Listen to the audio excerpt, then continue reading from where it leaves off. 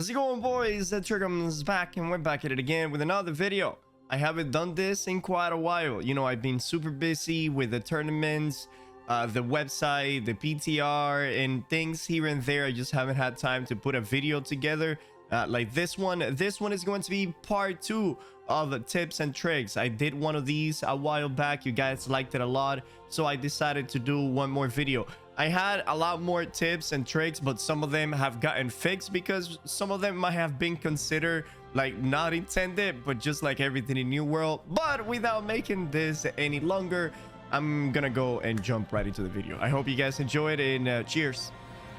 The first tip I want to show you guys is going to be about skill allocation, how to quickly allocate your skills into your hotkeys super quick, fast, as after you have selected, you know, your abilities. So let's say that you are in a rush and you have picked all of your abilities that you're gonna play with, and now after you have selected this, usually the way that the majority of the player base goes by is if they want fireball on the queue, they usually click over here, they click on the fireball, and now the fireball is there. Or they can click over here, pick the burnout, and now the burnout is there, etc, etc. You guys know what I mean. Now that takes too many clicks and it takes too long because you have to choose on which abilities the one they want to pick on which slot. So the tip and trick that I have for you guys is, if you left click on top of one of the abilities that you have selected, it says, you know, press any of these key vines and you will automatically put the ability there, right? So let's say that you have the 3 abilities that you're going to pick rather quickly, and they go into the wrong order here. So instead of putting the burnout here and the flamethrower here and then the incinerate here, all you have to do is you come over here and you press the buttons, and it changes automatically, right? So you press left click on the flamethrower. If you want it on the F, all you have to do is press F afterwards, and it automatically puts itself on the skill bar down there. As you guys can see, you know, it's just with one click and you press the keybind and it does it super fast, super quick. That way you don't have to come down here and pick the skills one by one. The next tip I want to show you guys is how to easily, you know, sort your inventory. Inventory in this game is always been a big problem. So your inventory is always filled with a bunch of items that you have collected on top of the items that you already have on you. New World is a game where you need to have different sets on you at pretty much any given time, especially if you're doing certain mutations or if you're going out there and logging and mining and whatnot, right? So our inventory, it's pretty much always filled with items. And I found that the easier way to find my items that I have, you know, for me, and the items that I've been getting lately is just by sorting it by gear score. If you go ahead and you sort it by gear score, I found this to be the most efficient way to sort your inventory. Forget about weight, forget about sort by tiers, and forget about time. Time is probably the worst one out of every single one of them, but by far the best one is going to be the gear score. So if you put it by gear score, it's not only going to have the gear score that you have a 625 already on top, which if it is 625, this means that you are using these pieces of armors or weapon, you know, at a pretty good rate. And if they are just straight up 600, well, that means that you got them doing a mutation or doing something. And then it will put all of the greens, purples, and blues that are not level 600, they will put them underneath. And with the weapons here, I don't have that many, but for the gear here, it shows you like all of these accessories that I was crafting, they're all down here. If I put in by time, you can see that they're all over the place. It's not even really true by the time that I got them, but the gear score would never let you down. If you're doing mutations, for example, and let's say that you're doing Starstone and you have your lost gear and your corrupted gear, and you know that throughout the mutation you will be collecting a bunch of bags, so your inventory will be filled with items. And the easiest way for you to be able to find your items is just go to the gear score and go ahead and find your 625, put on your 625, para ping, para boom, and you're done. Now I understand that the next patch we're going to have the gear sets, but as you guys know, the gear sets, they only give us a limited amount of gear sets. The other one, we have to buy them with real money. Plus on top of that, we're not gonna have enough gear sets at the beginning to do everything that we want, right? We're still going to have our bunch of items on top of us. Plus sometimes you might have an item or 2-3 items that are not part of a gear set. You just equip them and unequip them as you see fit because the fight might change, etc. And just having it by gear score, by a launch shot, is the best way to sort your inventory at any given time. The next tip I want to show you guys, this one I see even, I wouldn't say pro players because there's no really pro players in New World, but even the most veterans and the most high skill PvP players, you know, whenever I'm watching some of these VODs for wars and other things, I do notice that they have a lot of in common struggling in the inventory with the potions and consumable, especially when you're in the middle of a war and you go buy your cleansing elixirs, you buy your haste elixirs, and you're like, I need to take this off and I need to find the cleansing elixir and I need to put it back in there, and sometimes the dragon doesn't even work and you ended up putting over there, and so this is chaotic. Don't drag anything to your inventory. I find that dragging things to your inventory is possibly the worst thing that there is out there. So my solution for this is just double click them, and there is a trick that goes onto this, right? So if you don't have anything on your consumable bars and you double click something, it will go to the first slot, like for example, right? So if you click on something else, it will go then to the next slot, as you guys can see there, and then that one and this one.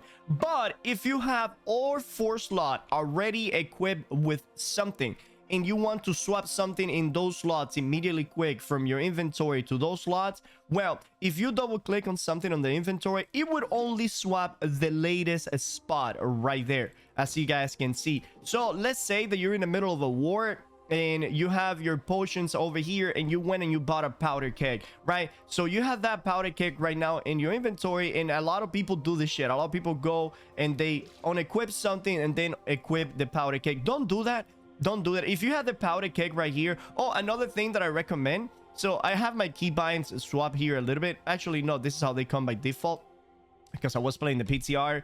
But anyways, I noticed that if you have, obviously one of the consumable is like the least usable, right? Like in almost every occasion, the mana potion should be in the last slot. I know that this might affect your playstyle for a little bit, but this will help you in the long run. So go ahead and put your weekend's consumable, the consumable that you swap all the time in case that you need to swap a consumable, and put it in the last slot, because the last slot is the only one that if you double click something else, it goes immediately there. So if you are in a war, go ahead and put your cleansing elixirs or your powder kegs on the last slot. So whenever you go to the store and you like, let's say you run out of cleansing elixirs, right? You go to the store, you buy 15 cleansing elixirs, now they're in your inventory, and instead of having to drag it to the slot that you want to drag in and potentially put it in the run slot, right? And then having to fix things around because you put it in the run slot. So just keep your cleansing elixirs on the last number, and as soon as you purchase something, open your inventory, go ahead and double click it, and it's right there on the spot.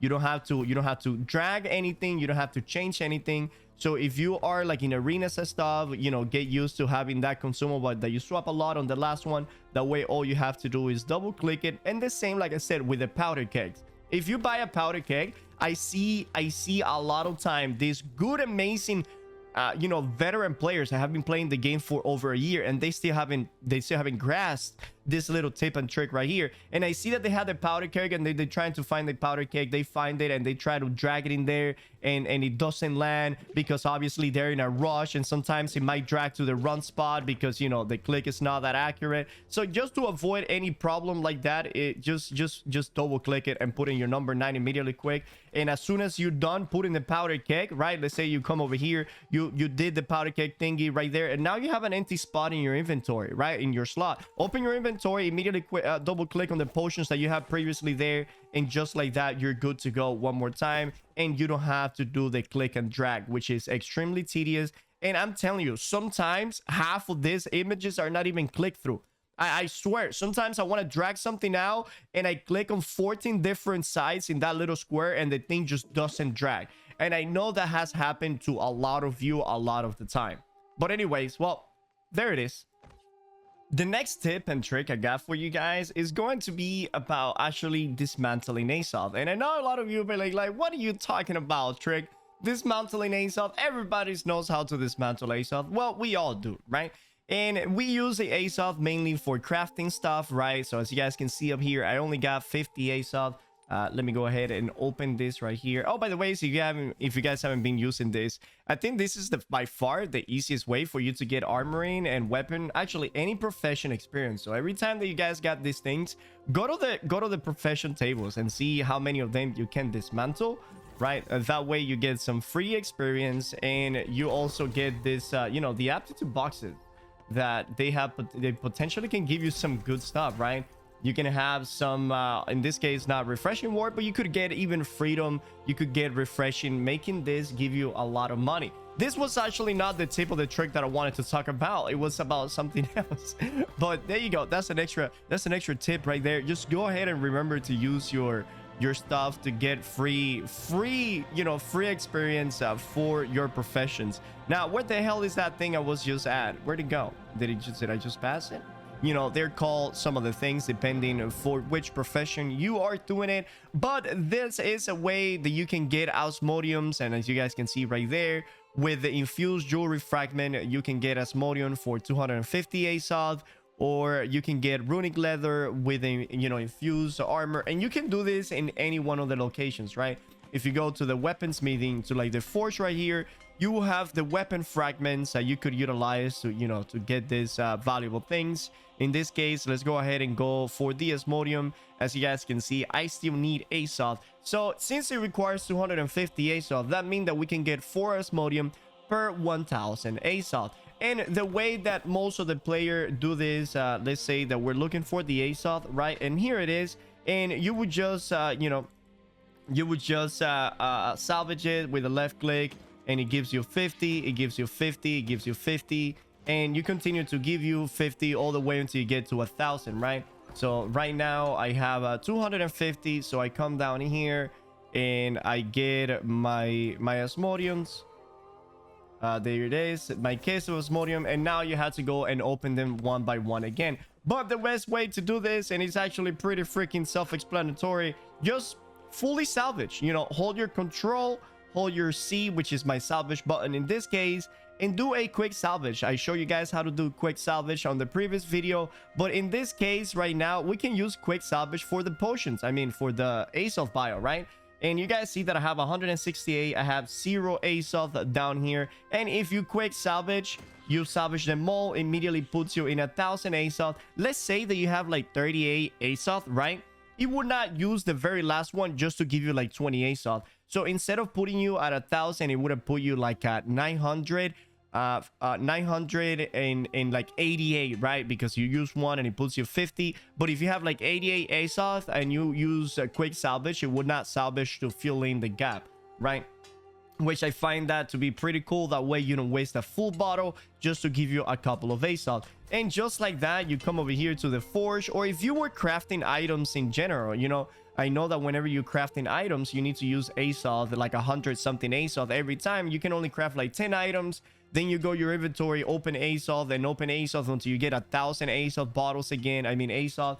And then you proceed to craft, and then you open more bottles, and then it's just very tedious. So every time that you run out of Azoth and you have 0 or almost very low Azoth, just quick salvage your Azoth bottles, and you can see right there, it would immediately and quick fill up your Azoth, you know, your Azoth resources, so you can go ahead and start crafting again. All right.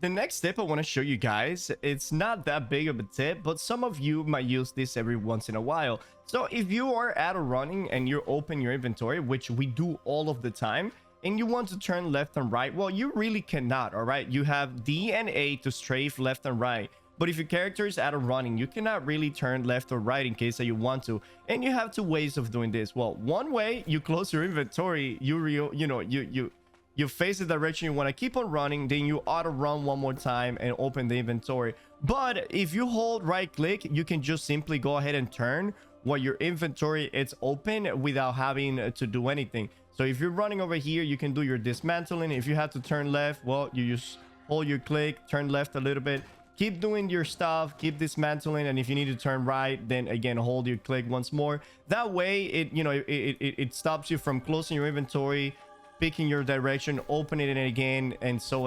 It's just not that big of a tip or trick, but it still is something out there that some of you might not know, and this might, you know, just better your playstyle maybe by just a little bit. The next tip I want to show you guys is about changing gems. Now, I know a lot of you have a way to change gem already, and it's pretty simple. It's pretty self-explanatory. You go ahead and grab a gem from your inventory. If you have your gear equipped, you can go ahead and put it on your equipment. That is one of probably the simplest way to do it. But if you are changing the gem on something that is in your inventory that you don't have equipped, then the way that people usually do it is they go ahead and grab the gem, then they scroll down, find the item that they're looking to change the gem. But the main problem with this is when you switching gems this way, the gems that you can swap, they zoomed in and they basically cover the entire item. So it's very hard for you to find which item is the one that you want to put the gem on, especially if they already have a gem on their item. So if you are going to do like a mutation or something like that, and you want to swap the items, the gems in the items that you have in your inventory, because you have several sets, then you will have to find that item, drop the gem, then scroll all the way up, grab the gem again, and scroll all the way down and put it on the item. Hope that you put it on the right item and not in the wrong item, right? And that is the way that people usually do it. But let's say that you have your full set down here, and these are the 5 pieces that you want to swap the gem. And all you have to do, honestly, and this is very fast and easy, click on the item, right? Go to replace gem. And I know this window probably a lot of you have never seen in your life, because probably none of you have ever done this before. But if you have gems on your inventory that are ready to equip on an item, they will look like this. Now, why will you have all of these equipable gems in your inventory? Well, you never should, right? Or I don't know. I don't know what you do with your life. But in this case was just to show you guys. Usually you will have just 1 or 2 gems depending on what you want to put on your gear, right? And it's just that simple. You know, you click on the gem and it tells you, okay, it has this gem and you are swapping it for that gem, and then you will put replace gem. You will move on to the next item. That one you cannot swap the gems. You will move replace gem, you pick the one, you put replace gem, you go to the next item, replace gem, you pick the one, you replace the gem, etc, etc. I know that people will probably still go this route, but like I said, sometimes if you have a lot of stuff in your inventory, you click on the gem, you have to scroll all the way down, find the item, put the gem on that item, then scroll all the way up again, get the gem one more time, come back down to your inventory and put it in one of the items again, and probably you put it in the wrong item. So in this case, yeah, just like I said, just click on the item, you know, attach a gem. It will give you the gems that you can attach to that item because you have it on inventory, and you go from there, right? There it is. Another great tip that I want to show you guys, and this one probably a lot of people have not even an idea that you can do this in the game, but I'm actually talking about the stopwatches. The stopwatches, it's been an item that ever since they got implemented into the game, people have kind of like ignored them because the golden scarab is just significantly better to craft with. But there's one thing with the rune stopwatches that makes you a lot of money if you use it properly and you use it in the correct way, and that way is just making accessories. So if you could every single day just go ahead, come to the stone cutting table and craft your stopwatches. Obviously make sure that first light is you know, it's being controlled by your faction. So in this case, since I'm a green, and you guys can see that the purple control first light, I will not craft my stopwatch, because the stopwatch is a very, very valuable item. It's quite expensive for you to craft it.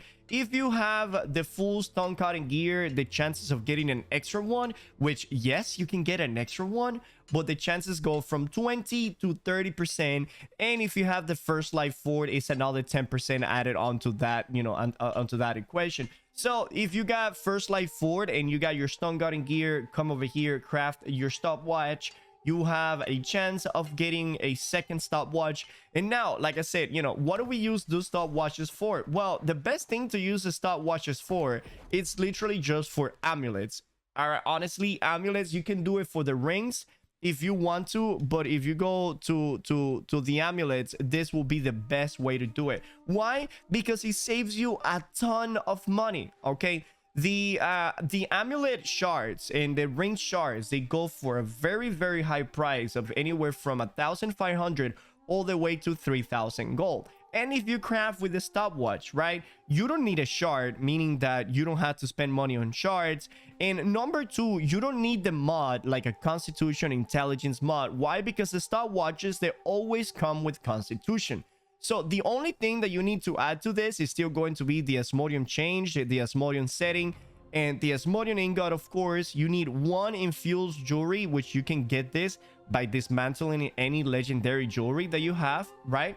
You pick the Azoth, and then you pick whichever mod you want to put in there. And the great thing about this is that once you have all of your crafting gear and you have the buff town and you have all of the crafting buff, you know which one I'm talking about, instead of having from 595 to 600, the stopwatch makes it that you can craft from 598 to 600, meaning that the chances of you getting a legendary item with the stopwatches is significantly higher than any other way to craft in the game. And now you might say, well, Trick, but you can only pick one mod with the stopwatches, which yes, you can only pick one mod.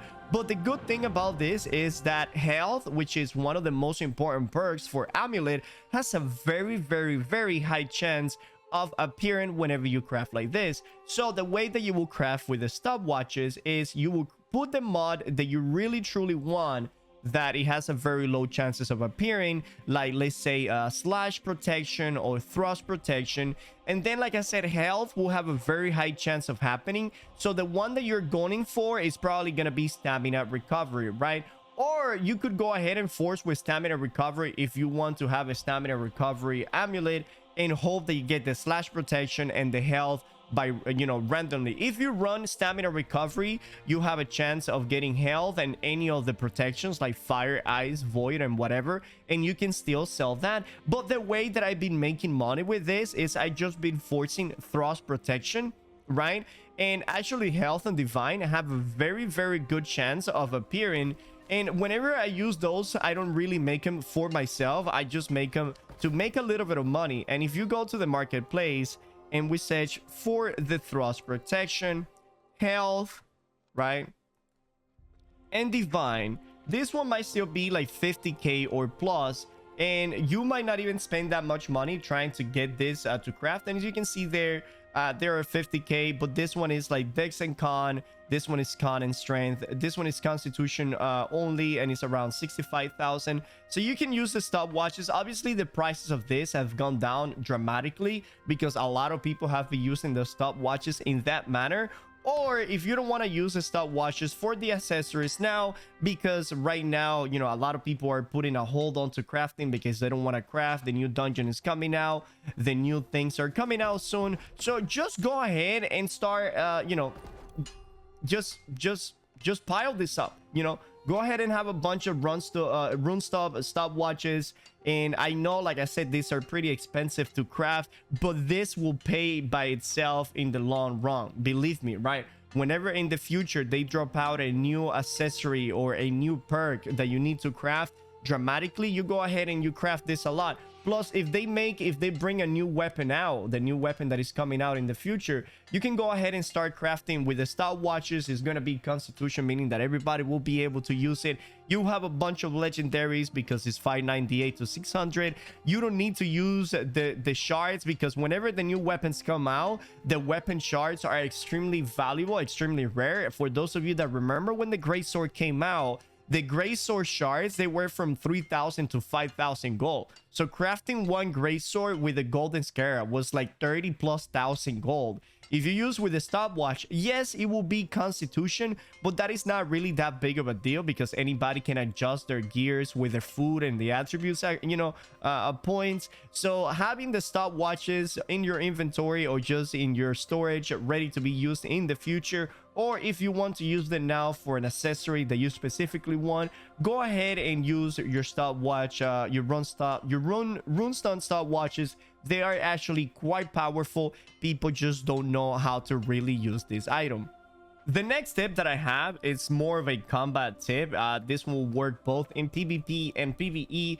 And this one is, if you are in a prone position like such and you are out of stamina, doesn't matter how many times you press space to jump, or you know, to get up, you will not be able to get up. So if you're out of stamina and you crouch and you prone like that, the only way to get up is pressing C, you know, like crouching and then getting up one more time, like as you guys can see there. But that takes a lot of time, right? Especially if you're in the middle of a combat, if you're in the middle of a fight, and you're like, you know, a lot of people like to do the dolphin dive, roll, jump, dolphin dive again, roll, you know, jump and dolphin dive. But a lot of those times you might run out of stamina in the middle of the dolphin dive and you're like, God damn it, get up, and you're spamming that space button trying to get up so you can keep on running, but you don't get up. Well, the easiest way for you to stand up once you are out of stamina and you did your dolphin dive is just open your inventory.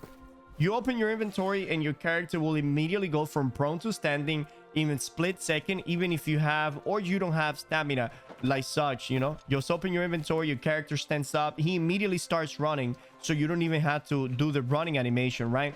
So like such, you're in the prone position, you open the inventory and immediately keep running. Now, I know that this might be, you know, a lot of you might not use this in PvP, but for the new dungeon on the first fight, you guys know that the boss sends a bunch of flamey waves towards you, which you can either dodge left and right, or you could dodge through them, or you could simply go ahead and prone. But if you prone, sometimes a meteor might be falling on your face and you have no way to stand up because you already used all of your rolls and you don't have stamina to stand up. And well, like I said, just simply open your inventory. Your character will start running immediately and you don't have to worry about your character not being able to stand up because you have no stamina.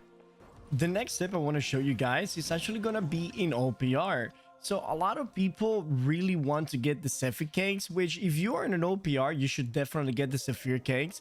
The one that give you 10 movement speed, you know, while you're inside of this place. It's actually 10% movement speed. That is really huge. And if you don't get that for OPRs, you will really feel, you know, you will really feel that people are catching up to you. So I recommend everybody that buys a Zephyr cake. And the best way to do this now is actually go kill the first couple of mobs that are in front of the entrance. Go ahead and use on stock. And now whenever you use on stock, it actually teleports you to in front of the store all the way back in your base. So you can buy your certificates. Don't be in any danger. Go ahead and use them and, you know, just get back into the fight. And the last tip that I want to show you guys is go ahead and start saving all of your gypsum casts. Don't open them, but if you already are 625 and you're not getting anything out of this, guys, go ahead and start buying them. The same way with your war caches, your invasion caches, your OPRs, and the corrupted breaches, the one that are 66 or plus. Why? Because in the next patch, all of these items that you'll be getting from this, only the purple ones, of course, if they are purple 590 and above, and you upgrade into 600, they will get a legendary third perk the same way that you do right now with the OPR weapons. If you open one of the OPR caches and you get a purple weapon, in this case I didn't, but if you get to where if you were to get a purple weapon, I could have upgraded it to 600 and get a legendary weapon. But by the looks of it, it looks like in the next patch they will also be letting you upgrade your armor as well as the weapons, right? I wanted to show you guys an example, but I couldn't. I showed you guys in the other video previously. And like I said, also for all of the gypsum casts, the war boxes, the invasion boxes, and also the corrupted breaches, you know, which are the corrupted portals level 66 plus. So yes, go ahead and start saving this, because in the next patch you're going to get a tons of legendaries this way. It's possibly going to be the easiest way to get legendary. And yeah, just go ahead and have some fun. And that was it. The video took a little bit longer than I initially wanted it to. I just took a lot of time to explain all of these tips and tricks. Listen up, boys. If you guys haven't followed or subscribed to the channel and you guys truly enjoy this content, hey, don't forget to do it now. We're almost at the 5,000 subs milestone here on YouTube, so it will mean the world to me if you guys were to sub. Before I end the video, I would like to show you guys my new website. It's called NWCHAMP.info. I will put the link in the description below. And I want to show you guys a little guide of what this website has to offer for the PvP community. So if you are a PvPer and you're coming back into the game, or you're just a new world gamer, and you would like to go to a place where it has all of the in PvP information that you need for this game to get you started, well, here it is. This is the site. It's called NWCHAMP.info, as you guys can see over here. And I will give you guys a small little quick tour about what this website has to offer. So if you go to builds over here, you guys will see the champions build. This is something that I do weekly on my COS server, and here it will show you all of the champions that are happening weekly. And if you click on any of them, it will show you the gear that they're wearing, or actually not the gear that they're wearing, more like the gear that I will want you to use if you were to be playing this class, right? It also has the talent trees, everything, the attributes, the weapons. It also shows the tournament that they participated, and it also shows a little quick video guide for how that build performs. And if you are done with the champions build, or you don't find any of the builds that you like up here, well, you can scroll down where I add weekly recommended builds, and these builds are like top of the chart performing builds. All of these builds are very, very good, very powerful, and the only thing stopping you from conquering with this build is just you getting better at the game. Once you get better at the game, you can come over here to this side and pick any of these builds, and you will be fine with it. I have more builds coming, but like I said, I add this on a weekly basis. And also, if you have one or two builds that you want to play, but you don't know which one is better than the other, well, I also have a tier list section right here where you can go for. It has a small scale PvP tier list. This tier list will probably update once the new update comes out, because I will keep this tier list up to date. So every time that we get like a new patch or a new weapon changes, I will update this, you know, and make it reflect the in-game. So we have the small scale PvP tier list right here. We have the war and slash large scale PvP tier list. Like, for example, if you're going to participate in a war and you're not using one of these builds, you're probably not going to get picked for the war. Or if you already got picked for the war and they want you to pick a role, you know, just come over here and pick one of these, right? If you like PvP, but you don't like to go to the forums to see all of the changes that they're constantly doing to the weapons and combat and stuff, well, I do have a combat changes up here, which this is updated with every single patch that comes out, and it will only have the combat changes that are happening. Anywhere from mitigation formula to PvP, you know, fortification, so critical hits, equip load, everything that affects combat one way or another, it will be here. Now, the kind of information that you will not find here is information about dungeons, about expeditions, about housing, gardening, what have you. This is only specifically for combats, PvP, and weapon changes. So if you're looking for your weapon changes, you just scroll down, find your weapon, and you will find it here. And yeah, that's pretty much it. I have top competitive builds, which I do add weekly. I have a tier list, which I update every single patch, and I also have the combat changes that will update every single patch. And you have all of the PvP information that you might want to have for New World, all in one website. And if by any chance there's something here that you couldn't find because I don't have it, you could always go to my stream right here, Twitch TV Torico, and it will send you directly to my stream. If I'm streaming, you can go ahead and ask me any question personally, and I would love to answer any questions there. But like I said, this was already a pretty long video, and I will not make it any longer. So you guys have a phenomenal day, and I'll see you guys around. Cheers.